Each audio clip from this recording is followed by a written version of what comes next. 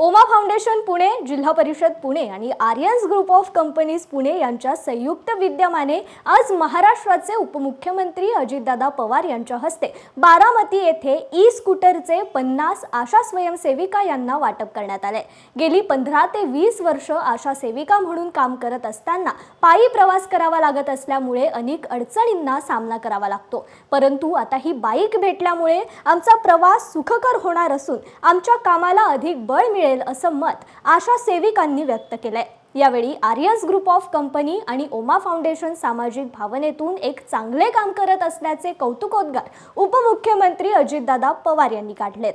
त्याचबरोबर Aryans group of कंपनीचे CEO Manohar Jagtap आणि ओमा फाउंडेशनचे अध्यक्ष अजय जगताप यांचा सत्कार देखील उपमुख्यमंत्री अजितदादा पवार यांनी केलाय। Okay, thank you.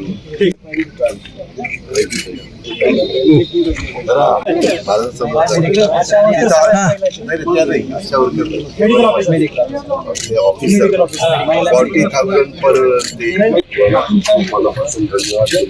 एक चांगल्या पद्धतीने आमच्या वर्करला मदत केली। त्यांना चार्जिंग किती वेळ करायचं, काय करायचं